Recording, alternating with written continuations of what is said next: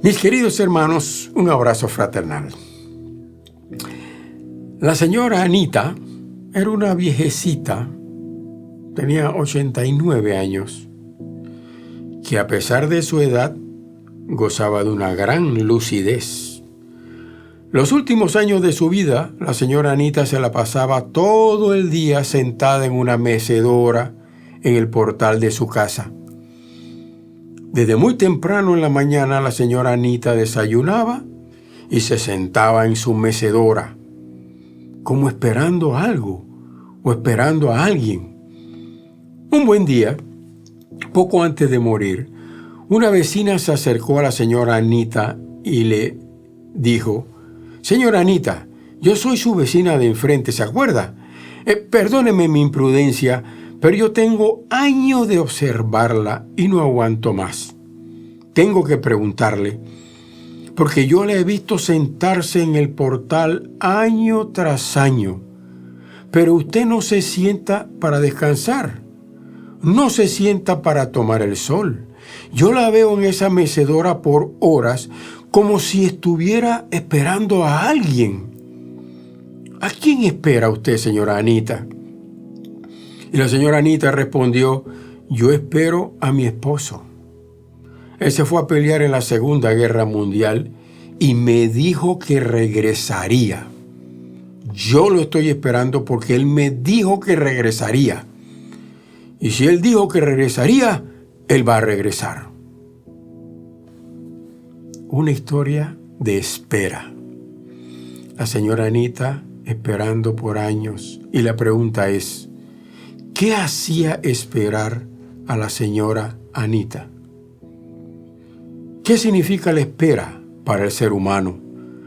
La espera es un desafío, es una prueba, un desafío donde nuestra visión pesa más que los obstáculos que se pueden presentar. ¿Sabe usted que Dios estableció la espera? En Gálatas 5:23 la Biblia eleva la espera a la categoría de fruto del Espíritu. La paciencia en el cristiano es la base para la espera. La paciencia viene de Dios y se deriva de la fe en Cristo. El cristiano no tiene que afanarse e insistir en que las cosas pasen con rapidez, porque sabe que Dios tiene control de todas las cosas. Y lo que Dios promete, cumple. Se cumple en su tiempo, como soberano que es. Dentro de las muchas virtudes que tiene la esperanza, es que nos mantiene alertas. La parte positiva es que nos mantiene vivos. Quisiera hablarles sobre el tema, la expresión de una verdadera expectativa. Escojo Lucas capítulo 12, versículos 36 y 37, que dicen así: «Sed semejantes a hombres que aguardan a que su Señor regrese de las bodas, para que cuando llegue y llame, le abran enseguida. Bienaventurados aquellos siervos a los cuales su Señor, cuando venga, halle velando». Ya en los versículos 22 al 34 de este mismo capítulo, el Señor nos viene hablando acerca de la inconveniencia de la ansiedad terrenal. El problema es que el que vive afanado, poco a poco se aleja de las cosas de Dios. El problema del afán es que nos aleja de la búsqueda de las cosas del reino de Dios. El afán nos distrae. La Sagrada Escritura califica de necios a aquellos que tienen su corazón y su mente centrados en este mundo, y nos llama a estar vigilantes en las cosas de Dios. Lucas es el único que presenta esta parábola.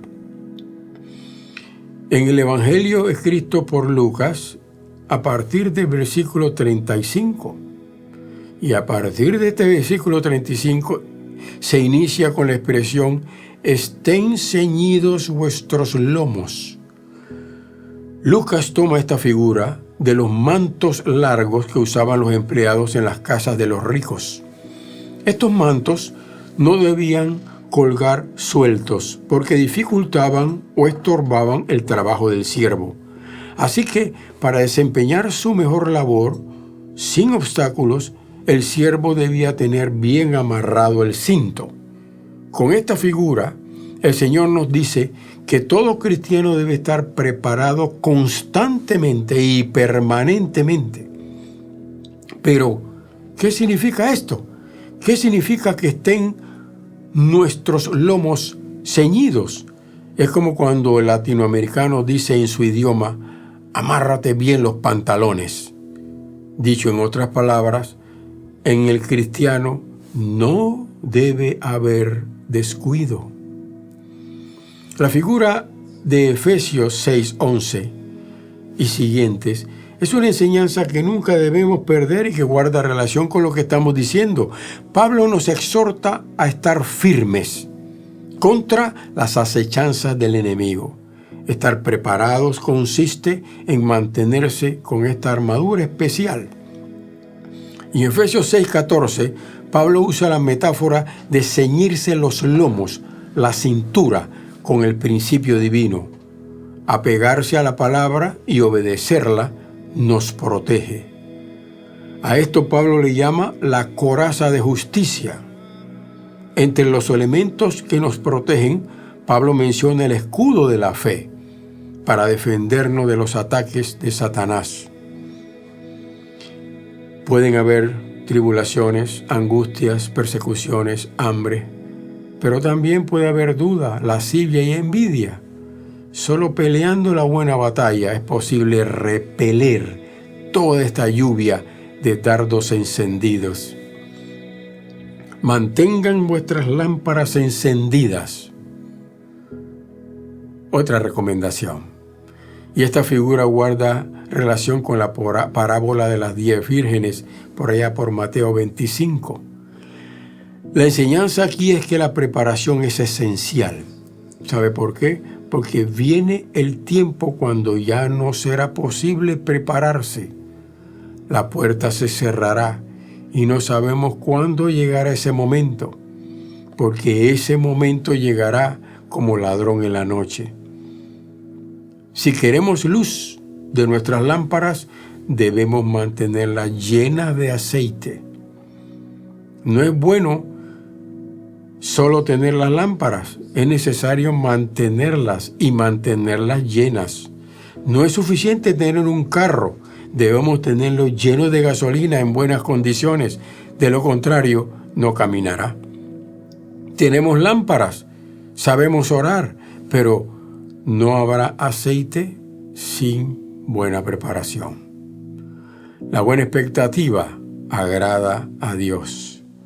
Y cuando uno lee Lucas capítulo 12 y versículo 37, encuentra una promesa. Bienaventurados aquellos que me esperan.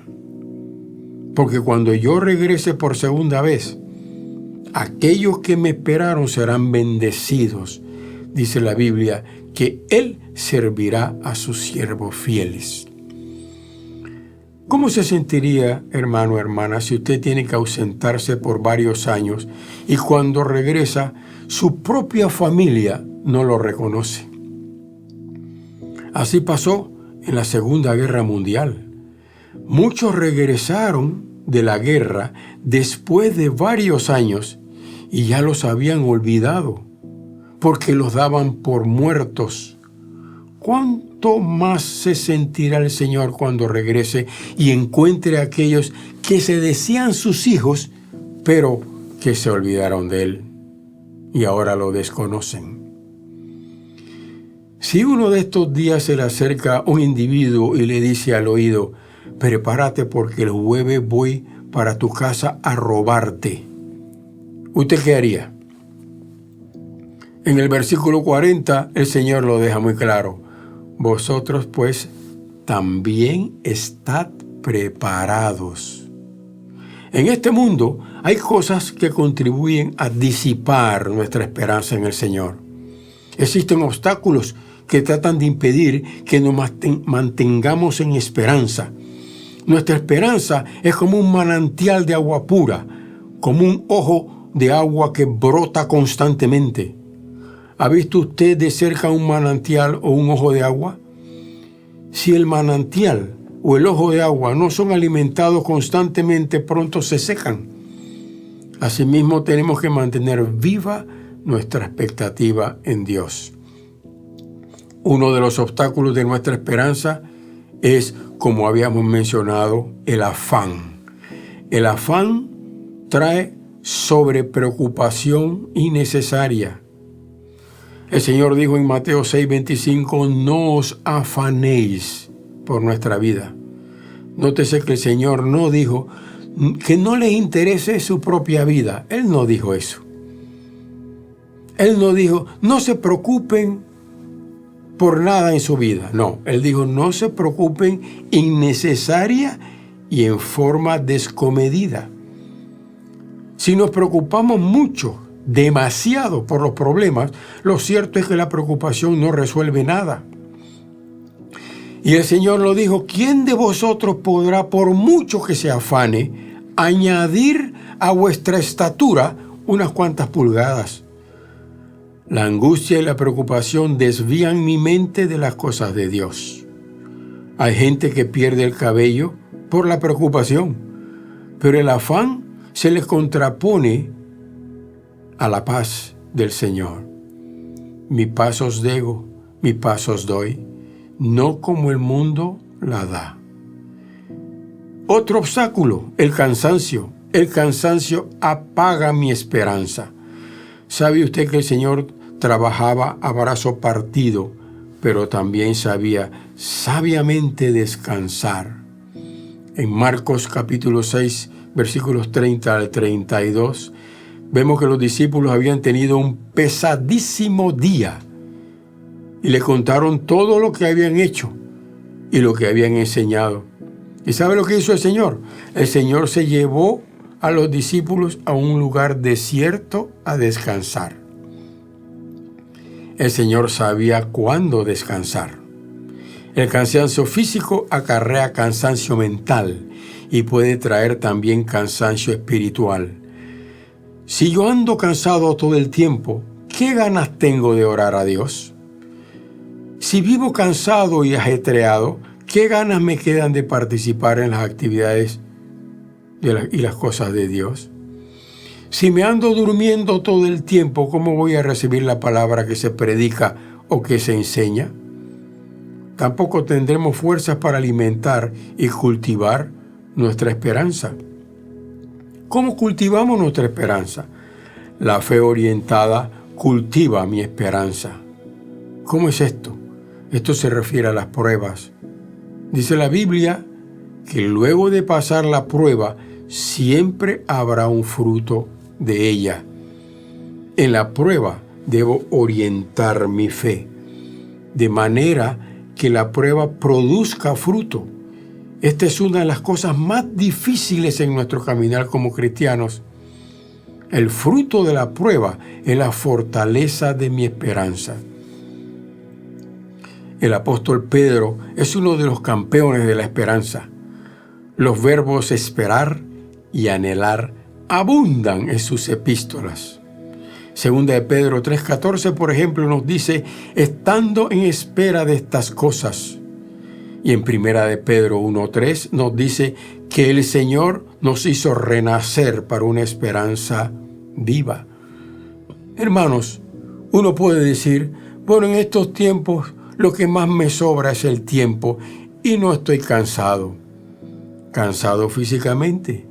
¿Qué hay del cansancio espiritual? Un ateo se acercó a un hermanito que hablaba de su expectativa en Cristo y le dijo, ¿todavía tú sigues creyendo en esas cosas? ¿Sigues pasando páramos y dificultades en esta vida y sigues creyendo en esas cosas? ¿Resuelves tus problemas hoy y déjate de ser idealista esperando tonterías? El hermano estaba con la cabeza caída. De repente levantó su rostro y a gran voz dijo: yo sé que mi Redentor vive, y al fin se levantará sobre el polvo, y después de deshecha está mi piel, en mi carne he de ver a Dios. Nuestra fe es la expresión real de una verdadera expectativa. ¿Por qué vivimos esclavizados por el afán? Y en estos tiempos no tanto por el afán, sino por el pensamiento. ¿Por qué permitimos que las preocupaciones sean mayores que nuestro Dios? Hay un dicho militar que dice: el que se aflige, se afloja. No permitamos que el diablo se meta para hacer de la suya, mis queridos hermanos. Bendiciones.